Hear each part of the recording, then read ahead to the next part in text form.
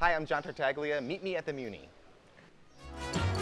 Meet me at the Muny in Forest Park.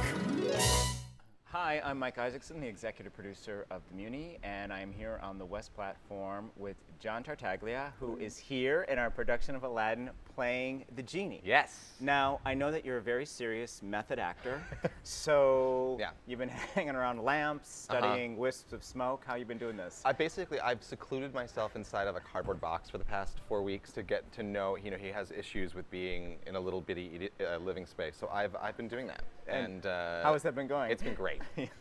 Really good on the back. No, I am so not that person. So You're not. But I'm going to say that now that you've said that. I'm going to own that. I'm Do gonna that. be like, I It's really yours. am. It is the gift that has been given. Thank I you. never said it. It was yours. It was all you. So seriously, you've had this really amazing, incredible career. Thank you. Like everything that you've done. So at 16, you joined Sesame Street, and what was that? I mean, it's a crazy story, but basically, I had, I always wanted to perform. My mother's an actress and my father's a musical director, so I always was around theater, backstage. I just loved theater, and I loved being everything that I wasn't probably going to be. In other words, I always wanted to be like the old lady character. I wanted to be like, I'd never like what a 7-year-old child would be cast, if that makes any sense. And that's how I found the puppetry, was, oh, this is something where I can kind of be anything I want to be, and there's no limitations on how I look or how old I am, or, and so the creativity that came from that. And then, yeah, then I dreamt of being a puppeteer, and I realized how much of performing is in that, because you sing, you act, you create, you build, you light, you write, you do everything.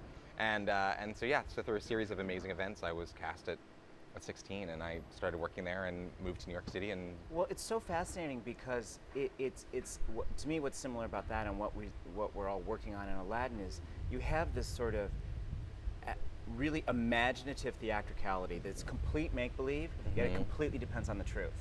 Absolutely. And it's so fascinating throughout your career, all your work, you have that gift. Where does that come from? Thank you. I think I'm drawn to, I figured this out because someone asked me recently, they're like, you play like a candelabra and a little wooden boy. Like basically if it's inanimate, I've played it at some point. I'm not sure why. If you ever need something that doesn't really exist, come to me.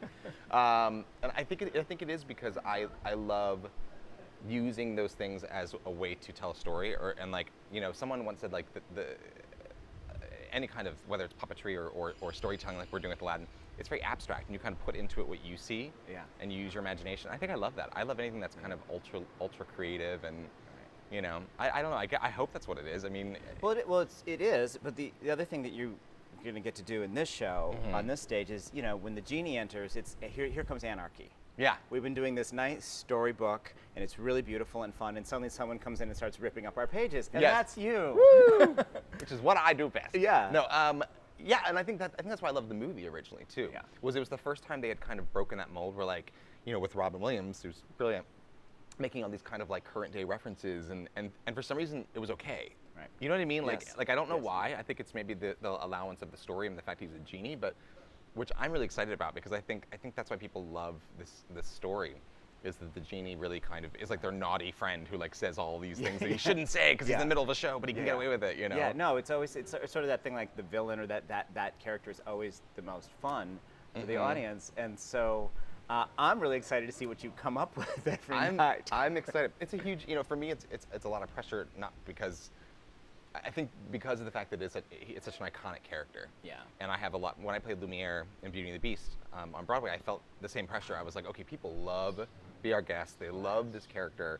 And I think a lot of actors make the mistake of trying to completely reinvent it and make it their own. And the truth of the matter is that I feel like this responsibility that people have grown up with, this is part of our culture now. Yeah. So I want to make him.